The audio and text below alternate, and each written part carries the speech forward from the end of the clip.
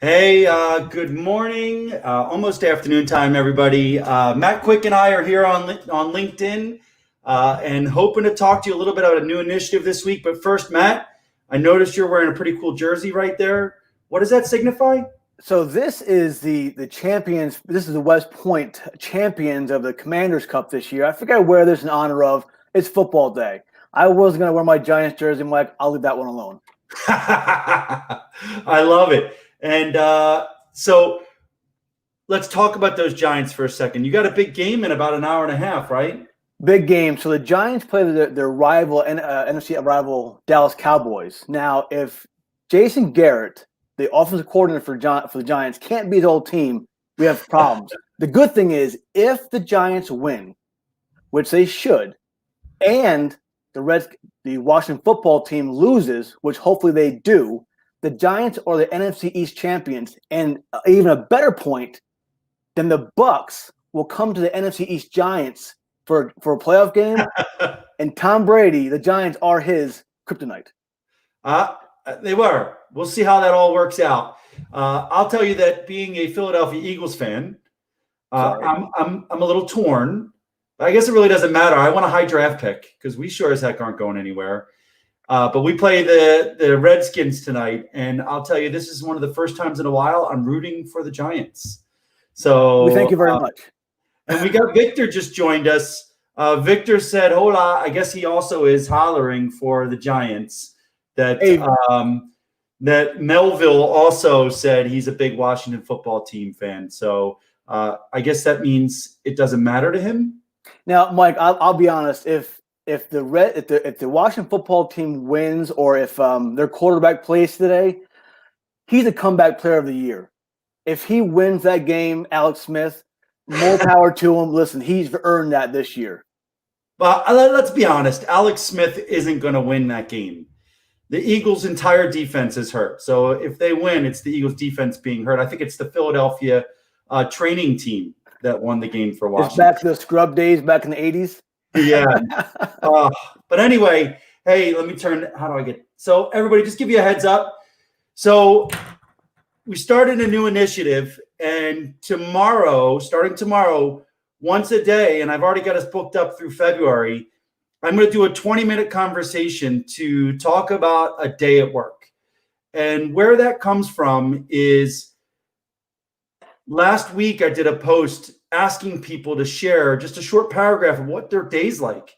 Because I see a lot of transitioning service members, those in a career pivot, military spouses choosing career paths because they like the idea of what they think the job is, but they really don't know what it's like to do the job and what the expectations are and what the hours are and what the requirements are. And I led off with like an idea of what my day was like at EY and some of the expectations. And then we had about 400 people comment with feedback on their day. And so, it really realized that there was no way to really easily go through all of those comments. And I sure as heck am not tech savvy enough to kind of like pull all of it and index it and everything else. So we wanted to make it more user-friendly. So what we're going to do now is every day, Monday through Friday, right around noon, I'm going to do a conversation with someone in different industries. And I put it out yesterday with a Calendly link. And we've got a whole bunch of people scheduled for this week to really just have easy conversations to help people make decisions. What do you think, Matt? You know what? For my area, transition service members, I think that's so powerful because people, they don't know what they don't know, and they don't want to ask for informational interviews as much as they should be. So just having a conversation with someone in the industry about what they do on a daily basis and just their experiences, whether it's transitioning or whether it's just what they do on a daily basis, that's going to really pull back the curtain for so many people and let them know it's okay. This is what you're going to expect on a daily basis. Whether you want to go in there or not, that's on you. Yep. And the other additional insight of this is that we're trying out a new platform so that we can be a little more engaging with our content, almost look professional. And if they can make me look like I know how to run these things, they're all geniuses. So we've got this new StreamYard platform we're using. And so what's exciting is, we can actually start to ask questions. So what I'd like you to do is, as I'm thinking about adding more time slots because, as I said, I've already filled up the next 2 months in one day. If you could comment on the feed what careers you would specifically like to learn more about. And what that'll enable me to do is do another post that will ask for people to sign up in additional time slots for those specific fields. And for everybody to understand, what we're going to do is these are also being live streamed directly into our YouTube channel. So the Hire Military YouTube channel, we will go in and index them and make them searchable by career field, so that anybody in a career transition will be able to go in and really just try to learn more about what they want to do. Your thoughts? Hey, Mike, you're already getting some commenter here. Project management, customer service agent, park ranger. I haven't seen consultant yet, but I'll tell you, when we interact with the audience, that drives the content, drives the conversation. So whatever you want to experience, let us know. We love a stunt man. That's awesome. Yeah, what's funny is, let me share my screen. For those that are looking, you'll realize that Alfredo is scheduled to speak on Friday with me. But we will not be speaking about his future career as a stuntman or as a professional model. You can see in his photo. We'll be talking about Alfredo's job working for Virginia Department of Veteran Services and all the great work he does there, because I know a lot of service members want to really go into helping people transition, because it really sucks, the whole transition itself. And so we're learning what a day in the life of Alfredo is like. Will be not only fun for me, I think it'll be very insightful as well. Well, I think, Mike, that we want to hear more about the stuntman stuff. Shirley Baez has training development, management consultant, change management. These comments are coming in here. So I know this will be popular because people do want to know more. And I guess they don't have to ask. It's being brought to them for free live. Right. No, that's fantastic. So, and I'll get to Shirley's question in a minute. I might as well start off with a little bit about me and my consulting career. But if you look on the screen that I'm sharing, you'll see we've got Paul Ptak. I didn't get a chance to get his pronunciation of his name. I'm guessing it's Tak or Ptak. But he works as an operations manager for Wildland Fire.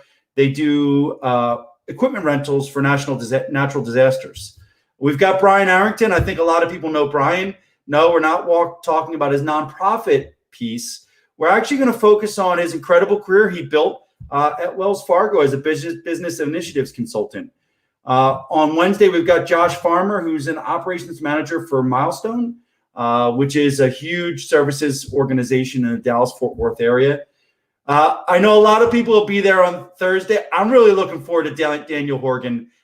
I think he has my dream job, meaning he works for a really cool company. I guess I do too. But he gets to take pictures all the time of him pouring coffee in cool outdoor stuff. So he works for Black Rifle Coffee Company, for those that don't know Daniel. So it's working though. It is. And then we've got Alfredo wrapping up the week, saving the best for last, stuntman himself, talking about that. So let me go, and Matt, maybe you can ask some questions and you can let me know if there's any questions about consulting. So Shirley asked about management consulting. And so I think that if I'm going to talk about a day in management consulting, I think I need to explain the difference between consulting and contracting as the way I understand it. And I was an executive at EY, a senior manager in our people advisory services practice for 2 years and 3 to 4 months. And I just left on December 23rd to focus on Hire Military and all our other initiatives. But when you talk about consulting, let's talk about a day in the life. As a contractor, you are hired to do a job on a contract, right? So staff aug in a lot of ways, you are brought in to work on a government contract or some kind of contract, and you work 40 hours a week or plus, whatever, on that specific contract. You have a job. Now, when you start getting into consulting, it expands quite a bit more. When you become a consultant, then you have contract work, but your ultimate goal is to work within that larger firm to build a book of business, or support a book of business as a consultant in a specialty area. So for me, I had people advisory services. And as a senior manager or as an executive, I had multiple responsibilities that were, challenging to juggle. So one was I had a certain utilization rate. So that's the amount of billable hours you have to a client that really makes sure that the firm's not losing money on you and helps you build the types of relationships you need to grow your business, right? And then I had revenue generation requirements. So the idea of, what revenue goals am I meeting each year for new business that I either build myself or team wins that I support a team that's pursuing large bids or any other kind of contracts. And then you have your firm administration requirements, which are all the different training things you have to do. It was an audit firm, so the Big Four all have like significant audit training requirements. Even though I'm not an auditor, I have to do a certain number of professional development units every year. There's the firm-wide training stuff. And then I have my admin stuff for the people that I counsel and, my counseling team, and then the networking within the firm. So when I talk about that from a management consulting standpoint, what I tell everybody, my day, I think I averaged probably about 50 hours a week, if not a little more. And about 25 to 35 were billable work. And then I had about 10 were business development stuff. And then, either helping write proposals or going to meetings about pursuits or doing all the work associated with this. And then probably 5 to 10 were additional firm related, either training or counseling or meeting requirements. So that was my week, and I would have to factor all of that in while also growing my work that I worked on. So what I tell people is that if you want to be a management consultant, then the first thing you have to keep in mind is, what are you going to consult on? See, if you're going to be a contractor, you just apply for a job. But if you want to be a consultant, they're not just looking for you to fill one job. When you join a consulting firm, they're looking at how they're going to grow you throughout a career to be a consultant. They can move from opportunity to opportunity. And the larger consulting firms have what's called a bench, meaning if your contract ends, they will hold you and find other opportunities because they're large enough to be able to maintain that. Hopefully that's good so far on questions. Now, let me see how I can. I'll tell you, Mike, Alfredo had a good question. What is consulting? Some people think of that as just, I'm an expert in an area. I'm going to go tell a business how great I am or show them how to reduce their resource somehow.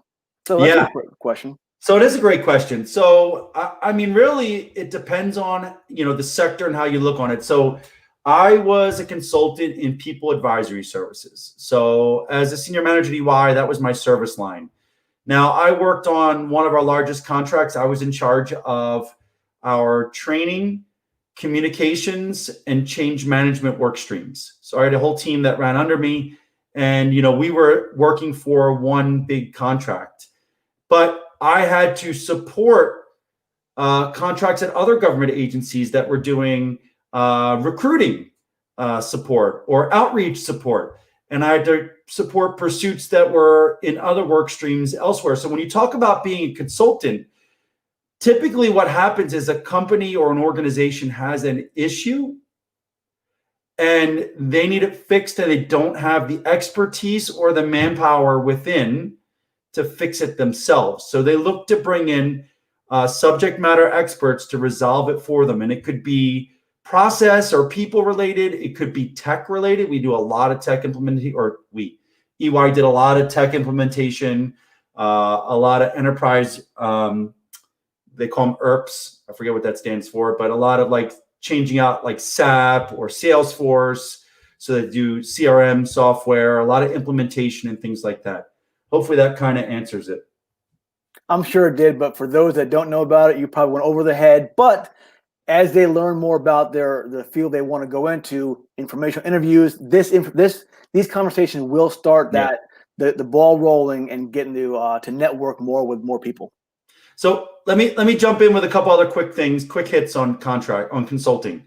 So two different things. One, if you want to be a consultant, which is an amazing career and it looks fantastic on your resume, build a lot of valuable connections, what you have to ask yourself is, what would you consult on? Meaning, what would companies pay top dollar to have you come in and fix for them? Now, the way I usually explain this is I win an account.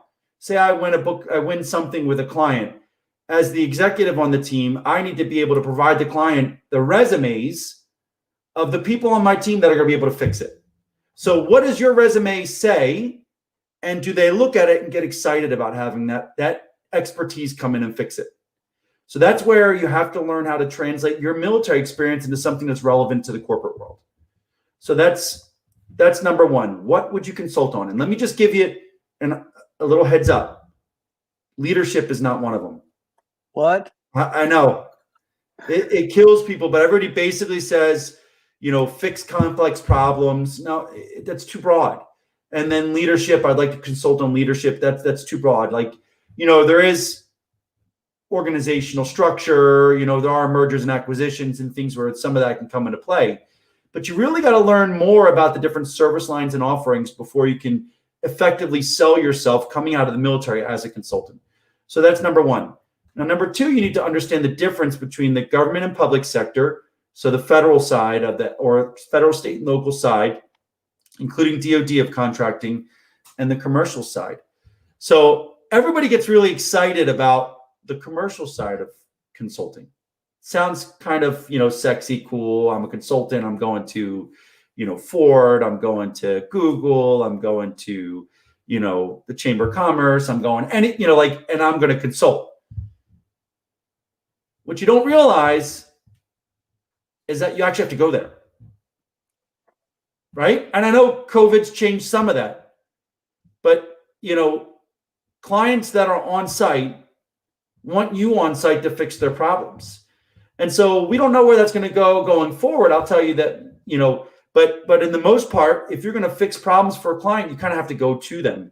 So pre-pandemic, commercial consulting, typically when you found your contract or when you were on a contract, you went Sunday night, Monday morning, flew, stayed in hotels through Thursday night, and then you flew back, did your paperwork Friday, and started it over again. And that was how it worked. Whereas in the government public sector, you're typically in one location. And you're if you're in the DC area, you can stay in the DC area and just travel like going TDY. So that's the difference between that. Questions? So I see Banal Patel has a question. Is consulting a temporary job? It's a great question. So I like to think of consulting in any of the larger consultancies that have a bench, which means if your contract ends, they keep you, instead of smaller ones, which I've seen actually just the contract ends are like bye on the day it ends. It's not like that in a larger consulting firm. So when you talk about the larger consulting firms, it's really a different ecosystem. So, when you work for a larger consulting firm, that gives you access to an employment market you would otherwise not have. And so when you get into a larger firm, you want to be able to, you have to network. I mean, you have to find the managers, the senior managers, the partners, principals, the directors. You literally have to make it a part of your week to spend time talking to people, let them know what you do, to learn what they do so that you can find those opportunities. So it's not temporary. You can stay there as long as you're meeting your utilization, because ultimately it comes down to how much do you cost as any organization. So if you are finding work, you're building work, you're supporting wins, you're bringing in business, and you're networked and know the right people, then they're going to keep you. But if you are just coming in and you're just doing the minimum, and you're not supporting any proposals, and you're not supporting business development, you're not going out and doing things for the firm, and then your contract ends, and you just kind of sit there waiting for somebody to hand something to you, unless something really comes down and they think about you, and they'll try to place you, but if you aren't the right fit at some point, you end up costing a lot more than what you provide. And just like any basic calculation at that point, then usually the larger consulting firms will help you go back to industry. And you've got to really show your value. That's what it comes down to. If you're not showing value, it could be a temporary job. Yeah. Yeah. Any job is temporary. They're all at will. So, I'll share with a lot of people what they don't think about.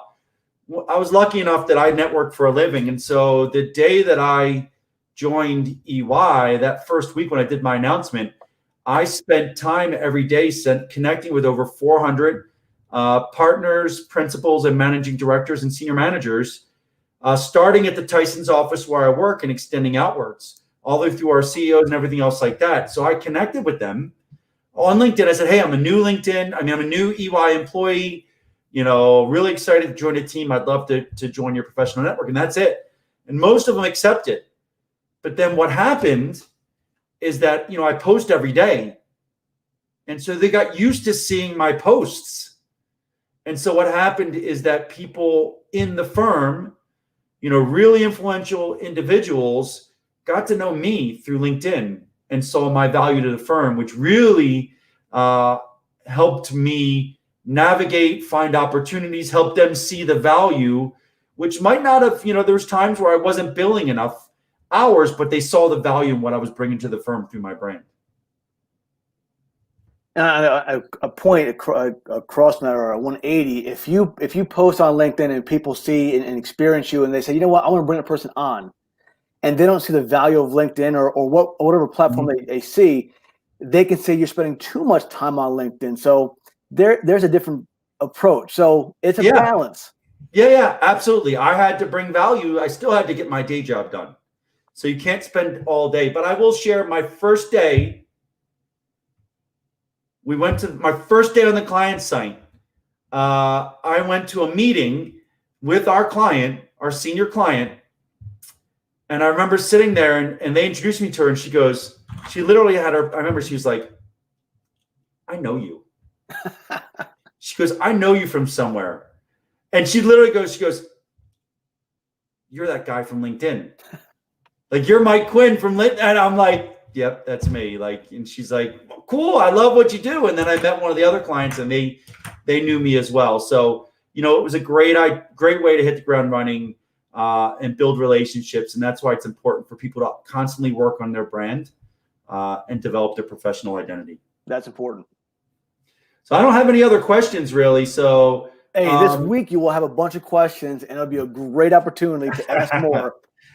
And it's actually, this new systems are really working pretty well. So like I said, the purpose of this was to talk about what we're going to be doing going forward, and to really try out the tech to make sure I know how to run it, which I feel good about now. So my question for the rest of you would be, as we start to close this out, is what broadcast will you join this week? Let me see if I can add it to the stream again. You can see there's 5 choices. There's Paul, Brian, Josh, Daniel, and Alfredo. It's not a challenge. And understand that if you can't make it, by going to my LinkedIn page, my profile, my personal profile, right around noon on the day when I broadcast this, then it'll also be kept on my LinkedIn profile, or you'll be able to go to the Hire Military YouTube page, which you can just go to YouTube and search for Hire Military. And the moment we get 100 followers, I heard we can change the URL. We can brand it properly. Yeah, so I learned we need about 11 more followers, if you guys don't mind joining us. So Matt, any last words? Anything you'd like to share? I'm looking at these days, and I think I'm going to join each one of them, especially Daniel and Brian's, but Alfredo, the stuntman. But Mike, for me, through the Hire Military page, I'll be on this week. I think it's Wednesday. Going over LinkedIn profile. So, hey, come on board the Hire Military page. I'll look at your profiles. I'll be nice, but we'll keep it real. I won't be so blunt and mean, but I'll be nice about it. You'll fix your profiles. So, Matt, you're on at Wednesday at 2 p.m. 2 p.m. Wednesday, yes. Eastern time. Awesome. Well, thanks again, Matt. I appreciate you taking some of your pregame time to join us live today. Thanks, Mike. Everybody, if I'm pretty much booked throughout February, So I'm going to open up some more time slots after this week for people to join in or for more people for me to interview once I get the tech down. But it does seem like it's going to be pretty easy. And if you ask cool questions during the sessions, I'll be able to ask them live. Absolutely. So thanks again, everybody. Matt, thank you for everything and for teaching me how to use this. And I guess see you guys tomorrow. Have a good day, Mike. Bye.